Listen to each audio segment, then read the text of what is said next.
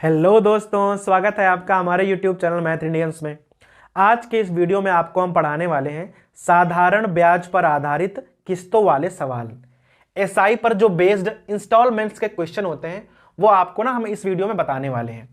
भाई इसके जो हमने पहले वाला वीडियो पोस्ट किया था वहां पर हमने आपको चक्रवृद्धि ब्याज पर आधारित इंस्टॉलमेंट्स के क्वेश्चन पढ़ाए थे, ठीक है। तो इस वाले वीडियो में आपको हम पढ़ाने वाले हैं सिंपल इंटरेस्ट पर बेस्ड इंस्टॉलमेंट्स के क्वेश्चन, ठीक है। तो भाई वीडियो को शुरू करते हैं। अब जो इंस्टॉलमेंट्स के क्वेश्चन होते हैं ना वो दो प्रकार के होते हैं, ठीक है। जो हमारे किस्त वाले सवाल होते हैं भाई वो मेनली ना दो प्रकार के होते हैं। अब पहला प्रकार क्या होता है, जहां पर कह देगा कि समान किस्तें देनी होती हैं। भाई मान लो 2 किस्तें हैं, 3 किस्तें हैं, 4 किस्तें हैं, 5 किस्तें हैं, आपको बराबर रुपया चुकाना है हर एक किस्त में, ठीक है। तो ये समान किस्त वाला सवाल हो गया।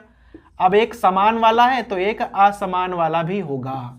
इसमें क्या होगा भाई, किस्तों के बीच ना कुछ हमें रिलेशन मालूम होगा और हमें किस्तें अलग अलग देनी होंगी। जैसे कह देगा कि पहली किस्त दूसरे की आधी है, दूसरी किस्त तीसरे की तिहाई है, चौथाई है। इस प्रकार का ना हमारे पास कोई संबंध होगा और वहां हमें किस्तें ज्ञात करनी पड़ेंगी। यहां पर सीधा फंडा होगा कि भाई किस्तें बराबर हैं। अगर आपको एक किस्त मालूम हो गई है तो आपको सब किस्तें पता चल जाएंगी, ठीक है। तो दो प्रकार के सवाल हो गए, समान किस्त और असमान किस्त। उसके अलावा जो समान और असमान के अंदर कैटेगरी बनेगी उसे भी देख लो। पहली कैटेगरी बनती है, ऐसे कहेगा कि आपके पास 3,000 रुपए हैं जो आपको 3 वर्ष बाद चुकाने हैं, 3 वर्ष के बाद चुकाने हैं। और भाई रेट ऑफ इंटरेस्ट बोल देगा 10% है। अब आप 3 वार्षिक किस्तें बताओ, ठीक है, जिससे हमें 3,000 रुपया जो हमें 3 वर्ष के बाद देना है उसकी हमें इक्वल इंस्टॉलमेंट्स बता दो, ठीक है। तो ये जो रुपया है 3,000 ये आपको 3 वर्ष के बाद चुकाना है, अभी नहीं। अभी तो आपने जो कर्ज लिया होगा वो कुछ कम रुपया होगा, वो भाई 3,000 से कुछ कम होगा ना, तब ना आप 3 साल के बाद में 3,000 रुपया चुकाने वाले हो, ठीक है। तो आपको यहां इंस्टॉलमेंट निकालनी होगी। दूसरा सवाल इस प्रकार से होगा कि भाई आपके पास 3,000 रुपया अभी आपने कर्ज लिया है, अभी के अभी आपने 3,000 रुपया कर्ज लिया है, ब्याज की दर है 10%। अब बता दो भाई कि 3 वर्ष बाद आपको ना रुपए चुकाने हैं। तो आपने क्या किया कि भाई हम 3 वर्ष बाद नहीं चुकाएंगे, हम हर साल एक किस्त में चुकाएंगे। तो वार्षिक किस्त क्या होगी, इस प्रकार के सवाल आपको मिल जाएंगे, ठीक है। तो दोनों सवालों में बेसिक डिफरेंस क्या है कि ये 3,000 रुपए हमें 3 साल के बाद देने हैं, अभी तो हमने कर्ज कुछ कम लिया है, ठीक है। लेकिन यहां हमने 3,000 रुपए कर्ज लिया है, 10% का ब्याज है, तो 3 वर्ष बाद हमें ज्यादा रुपया देना होगा, 3,000 से ज्यादा रुपया देना पड़ेगा। किस्तों में दोगे तो कम ब्याज पड़ेगा, अगर 3 साल के बाद एक मुश्त लौटाओगे तो भाई ब्याज ज्यादा पड़ेगा, ठीक है। अब ब्याज किस प्रकार से पड़ता है आप उसे भी देख लो एक बार। अब भाई ब्याज वाला सिस्टम देख लो। मान लो कि 3,000 रुपए हैं, ठीक है। आपने मान लो x रुपया कर्जा लिया है, किसी व्यक्ति से आपने x रुपए कर्जे में लिए हैं, ठीक है। और मान लो कि 10% वार्षिक ब्याज की दर है जो कि सिंपल इंटरेस्ट में है। 3 वर्ष के बाद में 3,000 रुपया आपको चुकाना है, ठीक है। आज आपने कुछ रुपया कर्ज लिया है, 3 साल के बाद में 10% की दर से मान लो कि वो रुपया 3,000 हो जाएंगे, ठीक है। तो आपको चुकाना है 3,000 रुपया। कब? जब आप एक मुश्त पैसा वापस करोगे 3 साल के बाद में। तो भाई पूरे पैसे पर 3 साल का ब्याज आपको देना होगा। जो भी आपने x रुपया उधार लिया था तो x रुपए पर 10% के हिसाब से आपको 3 साल का ब्याज देना पड़ेगा और कुल मिलाकर 3,000 रुपए देने पड़ेंगे। वैसे तो आप यहां से x का मान निकाल सकते हो, फिर भी हम यहां x मान के चल रहे हैं, ठीक है, कि x रुपया उधार लिया था, 3 साल के बाद में 10% की दर से 3,000 रुपए चुकाने हैं। कब? जब हम एक मुश्त रुपया देंगे तब। लेकिन अगर हम हर साल कुछ कुछ रुपया दे दें तो क्या होगा, ये जो रुपया है 3,000 हमें कम देने पड़ेंगे, कुछ रुपया हमसे बच जाएगा। क्यों? अब देख लो भाई, मान लो कि आपने तय किया कि हम 1,000 रुपया हर साल दे देंगे। पहले साल हमने 1,000 रुपया दिया, अगले साल हमने 1,000 रुपया दिया, ठीक है। और भाई मान लो अगले साल हमने 1,000 रुपए दे दिए। ध्यान दीजिएगा, अभी 1,000 रुपए पहले साल दिए, 1,000 रुपए दूसरे साल दिए, 1,000 रुपए तीसरे साल दे दिए। तो भाई रूल क्या है कि जैसे ही आपने 1,000 रुपए पहले साल दे दिया तो इस पर ब्याज लगेगा 1 साल का। लेकिन अब आगे रुपए बचे केवल 2,000, तो आगे जाकर आपको केवल 2,000 रुपये ब्याज देना पड़ेगा, पहली बात। फिर जैसे ही आप ये वाली किस्त जमा कर दोगे, अब आपको केवल 1,000 रुपए देने हैं, तो ब्याज केवल 1,000 पर लगेगा।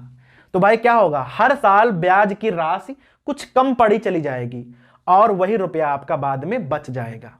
तो अगर आप एक मुश्त दोगे तो 3,000 पड़ेगा, लेकिन अगर किस्तों के माध्यम से दोगे तो आप पे पैसा कम पड़ेगा। अब कैसे कम पड़ेगा इसको भी देख लो, ध्यान देना भाई। आपने 1,000 रुपए दे दिए हैं, ठीक है, लेकिन मान लो कि भाई आप 10% के हिसाब से ब्याज देने वाले हो, ठीक है, तो जो आखिरी किस्त है उस पर तो कोई ब्याज पड़ेगा नहीं, क्योंकि आपने वो तो लास्ट में चुकाई है ना तीसरे साल, तो समय खत्म हो गया तो ब्याज क्यों पड़ेगा। लेकिन इस पर तो ब्याज पड़ेगा, इस पर 1 साल का ब्याज पड़ेगा। ये दूसरे साल की किस्त है तो यहां 1 साल का डिफरेंस है, तो इस पर 1 साल का ब्याज पड़ेगा। 10% के हिसाब से यह किस्त 1,100, ठीक है। जो ये वाली किस्त है इस पर 2 साल का ब्याज देना पड़ रहा है हमें, क्योंकि यह हमने पहले ही साल जमा कर दी थी। तो यहां 2 साल का लगाओगे तो 1,200 रुपए, और लास्ट वाली है 1,000 रुपए, हो गए कुल मिलाकर 3,300। ध्यान दीजिएगा, अगर 3,300 रुपए आपको एक मुश्त देने हो 3 साल के बाद में 10% वार्षिक ब्याज की दर से, ठीक है, तो आप उनको 1,000 करके 3 सालों में जमा कर सकते हो, ठीक है। तो जब आप 1,000 रुपया दोगे तो आपसे केवल 3,000 रुपए ही पड़ेंगे, लेकिन अगर आप एक मुश्त जमा करोगे 3 साल के बाद में तो आपको 3,300 रुपए देने पड़ेंगे, ठीक है। देखा कितना अंतर आ गया, 300 रुपए का अंतर आ गया। यहां 3,000 देने पड़ रहे हैं, यहां 3,300 रुपए देने पड़ रहे हैं। क्यों? क्योंकि जब आप किस्त जमा कर देते हो तो भाई ब्याज आपका कम होता चला जाता है। पहले साल 200 पड़ेगा, फिर आखिरी में भाई 200 का पड़ा, फिर 100 पड़ा, और आखिरी में तो ब्याज पड़ेगा ही नहीं, तो 300 रुपए का ब्याज आपको देना पड़ेगा, ठीक है। तो समझ में आ गया। तो अब हम सवाल कैसे करेंगे भाई, ध्यान दीजिएगा। तो जो 3,300 रुपए हैं, अगर 3,300 रुपए आपको चुकाने हैं 3 साल में, तो किस्त कितनी हो गई, 1,000 रुपए की किस्त आ गई है, ठीक है। तो हम सवाल को इसके बराबर करेंगे, रेशियो से हम किस्त का मान निकाल लिया करेंगे। अब कैसे, एक सवाल को देख लो। अब भाई पहला सवाल देख लो, कह रहा है कि 3 वर्ष बाद देय 6,480 के ऋण को 3 समान वार्षिक किस्तों में चुकाना है। सिंपल इंटरेस्ट की जो दर है वो 8% है, तो हमें ना वार्षिक किस्तें ज्ञात करनी है। 6,480 रुपए हैं जो हमें 3 साल के बाद पे करने हैं। कर्ज तो हमने कुछ कम रुपया लिया होगा, 6,480 रुपए 3 साल के बाद देने हैं अगर हम एक मुश्त देंगे तो, लेकिन हम दे रहे हैं 3 समान वार्षिक किस्तों में, ब्याज की दर है 8%। देख लो भाई, किस्तों को आप पहले 100 कर लिया करो, ठीक है, इस प्रकार से 100 कर लिया हमने। अब ध्यान देना है कि जो ये वाली किस्त है इस पर आपको ना 2 साल का ब्याज देना पड़ेगा, क्योंकि ये आपने पहले ही साल दे दी है, 3 साल का समय है ना। तो जो किस्त आप पहले साल दे दोगे उस पर भाई अगर ना देते आप तो 2 साल का ब्याज पड़ता। तो 8% की दर है, 2 साल का ब्याज मिला कितना हो जाएगा, 116 रुपया, 8 दूनी 16। ये वाली किस्त अगर आपने ना भरी होती तो इस पर भी आपको 1 साल का ब्याज देना पड़ता, क्योंकि अभी 1 साल बाकी है, तो 108 रुपया। अगर आपने ये वाली किस्त ना भरी होती तब भी आपको भाई इस पर कोई ब्याज नहीं देना पड़ता, क्योंकि टाइम अब खत्म हो गया है। ये किस्त आपने तीसरे साल ही तो भरी है, उसके बाद टाइम तो बचा नहीं।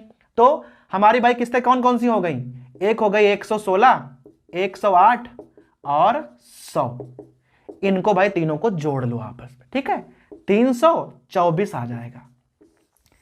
तो अगर आप 100 की किस्त ना जमा करते तो आपको कुल मिलाकर 324 रुपए जमा करने पड़ते, लेकिन हमने क्या किया भाई कि 100 की किस्त जमा कर दी तो 300 में ही काम हो गया, 324 रुपए नहीं देने पड़े। तो जो ये रुपए आते हैं आप हमेशा इसके बराबर कर दोगे, जो ऋण आपको बाद में देना है उसके बराबर कर दोगे।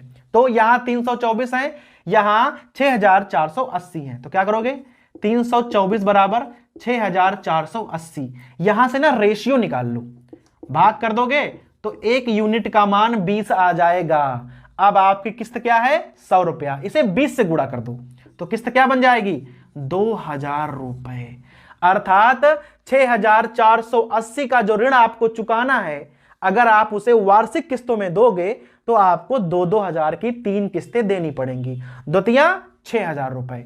वैसे देने पड़ेंगे 6480 और ऐसे केवल 6000 में ही काम चल जाएगा। तो आपको सवाल ना इस प्रकार से लगाने हैं, 100 मान के ब्याज लगा दो और भाई जोड़ करना, यहां आप कंपेयर कर लो और वहां से रेशियो से ना सवाल लगा दो। कोई भी सवाल भाई इससे आराम से हो जाएगा, ठीक है। तो ये पहला सवाल आपको हमने बताया है 3 साल वाला। अब एक सवाल 4 साल वाला देख लो। अब भाई दूसरा सवाल देख लीजिए, 4 वर्ष बाद देय रुपए 944 है हमारे पास, 4 समान वार्षिक किस्तों में चुकाना है और हमारे पास रेट ऑफ इंटरेस्ट है 12% वार्षिक। ठीक है, समझ गए ना आप कि अगर हम 4 साल के बाद देंगे तो हमें 944 रुपए देने होंगे, लेकिन अगर हम 4 समान वार्षिक किस्तों में चुकाना चाहें तो हमारी किस्त कितने रुपए की बनेगी, ये आपको भाई बताना है। यहां पे देखना सिंपल रहेगा एकदम। क्या करो भाई 100 की ना 4 किस्तें मान लो, 100 की 4 किस्तें। अब जो पहली वाली किस्त है इस पर 3 साल का ब्याज, 1 2 3 किस्तें आगे देनी है ना, तो इस पर 3 साल का ब्याज लगेगा। 1 साल का ब्याज हो जाएगा 12 रुपया, भाई 12% है तो 100 रुपए पर हो जाएगा 12 रुपया, तो 3 साल का 12 तिया 36 रुपया, 136। इस वाली किस्त पर 2 साल का ब्याज होगा 12 दूनी 24। इस वाली किस्त पर 1 साल का हो जाएगा 112 और भाई इस वाली किस्त पर कोई ब्याज नहीं लगेगा। अब आप इन चारों किस्तों को जोड़ लीजिए। अगर आप ये वाली किस्त नहीं चुकाते तो 136 रुपए बदले में देने पड़ते, अगर ये नहीं देते तो 124 रुपए देने पड़ते, अगर ये नहीं देते तो 112 रुपए देने पड़ते और भाई आखिरी किस्त पर कोई ब्याज नहीं लगता है। ठीक है, 100 400 तो यही हो गए। ठीक है, 36 और 12 यहां हो जाएंगे 60 और 12 72, कुल मिलाकर आ जाएगा 472। अर्थात 472 रुपए चुकाने पड़ते अगर आप किस्तों में नहीं देते। तो किस्तों में दे रहे हो तो 100 400 रुपए में ही काम चल जा रहा है। हमेशा इस रुपए को इससे कंपेयर कर दो, 472 जो है वो 944 के बराबर कर दो, 1 यूनिट का मान निकाल लो जो कि यहां 2 के बराबर है, फिर आप उस यूनिट से ना यहां पर गुणा कर दो और आपकी वार्षिक किस्त बन जाएगी 200 रुपया। समझ गए आप, 944 रुपए को 4 साल के बाद दे दो या हर साल 200 रुपए दे दो, एक ही बात होगी। कब, जब 12% जो है हमारा रेट ऑफ इंटरेस्ट है। तो भाई सवाल को अगर आप ऐसे लगाएंगे तो ये बेहद आसानी से लग जाएगा और आपको कहीं पर भी एक्स वगैरह मानने की जरूरत नहीं पड़ेगी। अब देख लो भाई अगला सवाल, यहां पर क्या है, हमने 5 वार्षिक किस्तों वाला सवाल लिखा हुआ है, 5 वर्ष बाद चुकाना है हमको। ठीक है, अभी तक हम केवल वो सवाल आपको बता रहे हैं जहां पर आपको ऋण चुकाना है 3 साल के बाद, 4 साल के बाद, 5 साल के बाद।